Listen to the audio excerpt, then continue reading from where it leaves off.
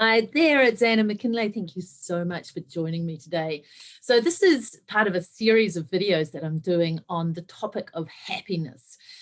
Not just because happiness is worth having in its own right, which of course it is. We've got one life, we might as well enjoy it. But also because, as it turns out, happiness is really the foundation on which everything else in our life is built. Our health, how much we accomplish, our level of success in life is determined largely by the extent of happiness that we create. So happiness is kind of a precursor for success, if you like. And today I really want to talk to you about a simple approach, a simple skill that really is the foundation for us for creating emotional resilience and happiness in our life. You know, one of my favorite quotes from Oprah Winfrey really captures why this is important. She has said, "You want to be in the driver's seat of your own life, because if you're not, life will drive you." And that's the choice we're talking about here. Do you want to have your hands on the steering wheel of your emotional life and your life itself? Or do you want to leave it up to external forces? So today, as I said, I'm going to share with you a simple strategy to help you actually take Oprah's advice and get into the driver's seat and start taking back control over the perspective we take to life. Because it's really that perspective, as I've shared in a previous video, that determines what our experience of life is, what our emotional state is, and what our level of happiness is. Very little of our happiness is due to the external events of life. Most of it is due to how we process the world and how the perspective we take to things. So here's the thing, and I think I just said it, our level of happiness and our experience of life is determined by the perspective we choose to take. And I use the word choose here deliberately. But you see, for most of us, we don't consciously choose the perspective we're taking to life. We kind of let our default take over, which tends to leave us at the mercy of external events on kind of an emotional roller coaster where we're seemingly buffeted from one crisis to the next. But it doesn't have to be like that. So what I'm going to share with you today is a very simple, easy to do, and potentially life-changing technique called witnessing. It's one of my favorites. And it starts with this realization. Have you ever noticed that you're not alone in here? Inside our head, we are accompanied by another self, at least one.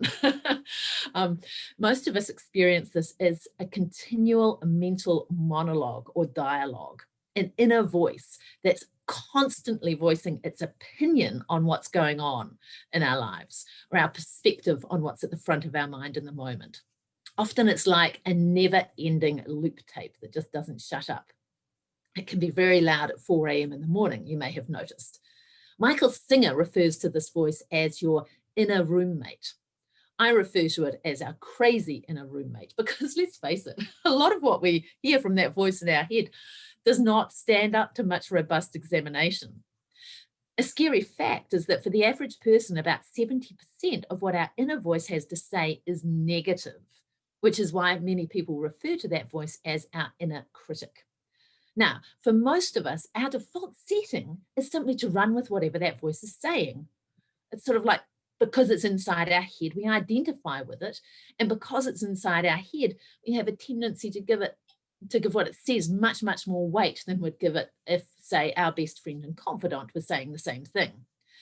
And very importantly, here's the thing, what we think repeatedly is what we become in life.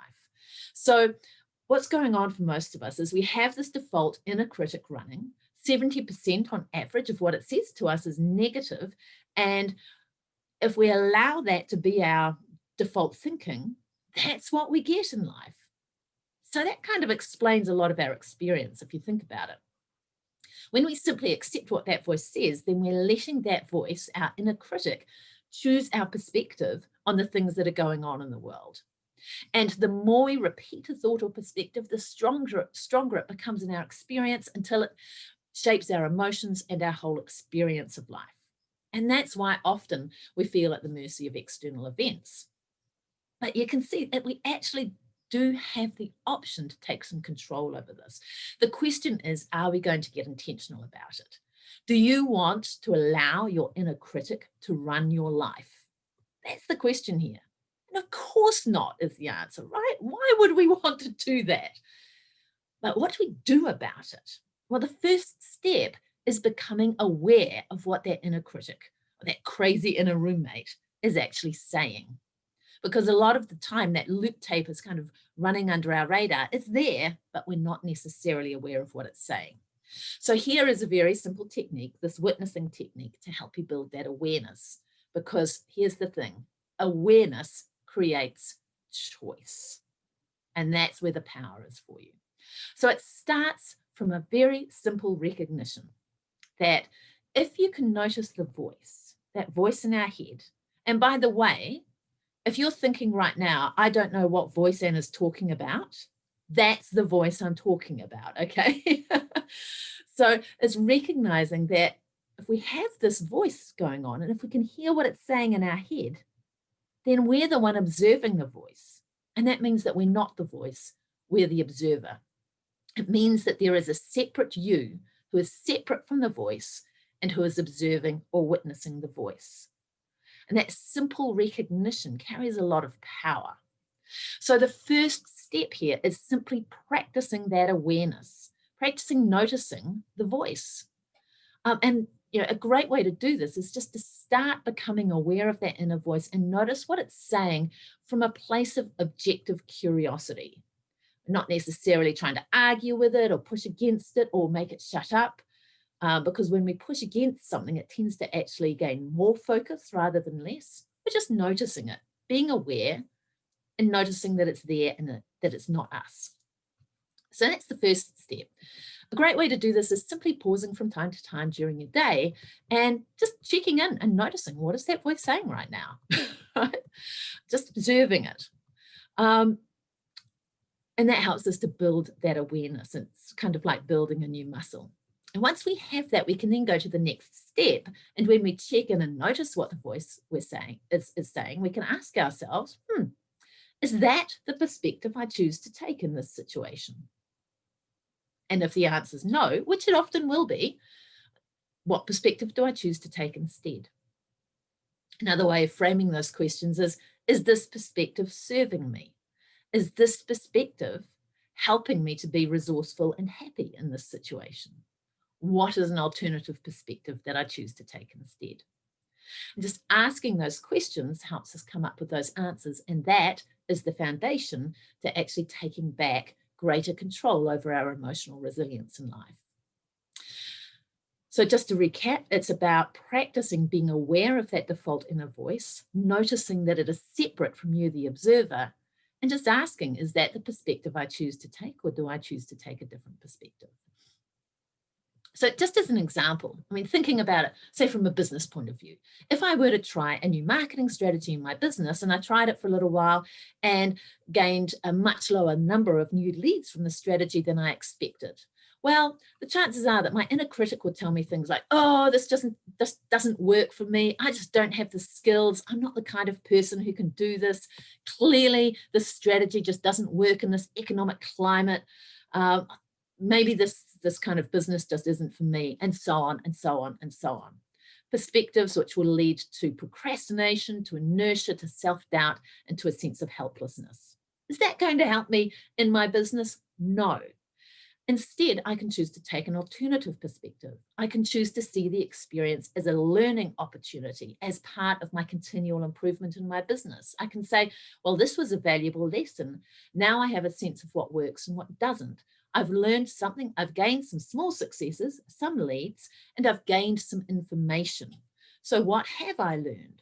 What might be a small adjustment I can make to this strategy to help it be more effective, or to help me understand what is going on? Maybe who can I reach out to help me adapt my approach successfully? Someone who's already familiar with this kind of strategy, and so on and on. All of these perspectives which will get me back into taking action, which will get me into a learning mode, and which will get me moving closer to success. Which set of perspectives is going to be more helpful, right? Clearly the second one. And we can apply that approach to any dimension of life. So how to put this into practice in a very practical sense? A couple of ways to practice this approach are firstly, setting a timer during the day. This is what I do. I have an alarm that goes off every 2 hours, basically to check in and ask myself, what's going on in here? Check my thinking. And when the timer goes off, I just take a minute or so, often even less, just to check in, see what my inner voice is saying, and check if that is the perspective I want to take to what's going on or if I want to shift it.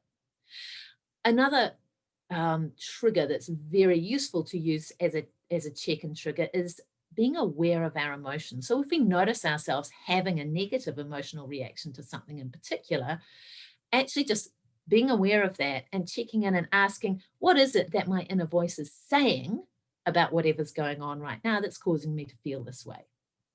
And then once we ask ourselves that question and gain that awareness, we can choose to take a different perspective to the situation that is going to have a less negative emotional attachment to it. All right. So those are some things that you can have a play with.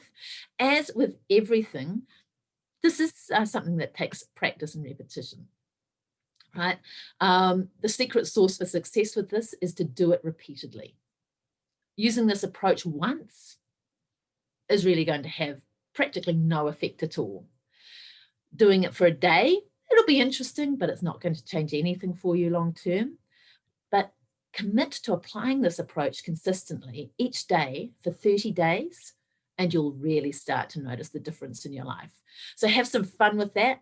And I would love to hear your insights and any comments you have on this approach. If you've used some variation of it yourself in your life beforehand, share your comments and your thoughts in the comments section below. I'd love to hear from you.